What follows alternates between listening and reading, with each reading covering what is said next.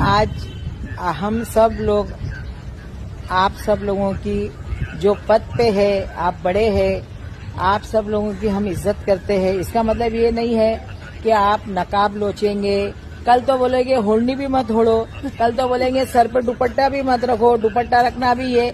लेकिन हम हमारे मजहब का कर रहे हैं, हम दूसरे के मजहब पे उंगली नहीं उठा रहे, किसी को ये नहीं बोल रहे कि आप क्या कर रहे क्या नहीं कर रहे। लेकिन अगर हम कर रहे हैं, हम नकाब पहन रहे हैं या हम बुरखा पहन रहे हैं या हम सर पे दुपट्टा रख रहे हैं, तो ये हमारे मजहब के अंदर लागू है और इसके लिए हम ये सब काम कर रहे हैं। और भारत जो है ना, ये हमारा मुल्क है, ये हमारा एक जमहूरियत मुल्क है, इसमें हमारा हक है आप लोगों के साथ खड़े रहना, कंधे से कंधा मिला के चलना, आप लोगों के साथ बोलना और जनता की बात को हम सुनेंगे, हमारी बात को जनता सुनेगी। ये हमारा लक्ष्य है और हम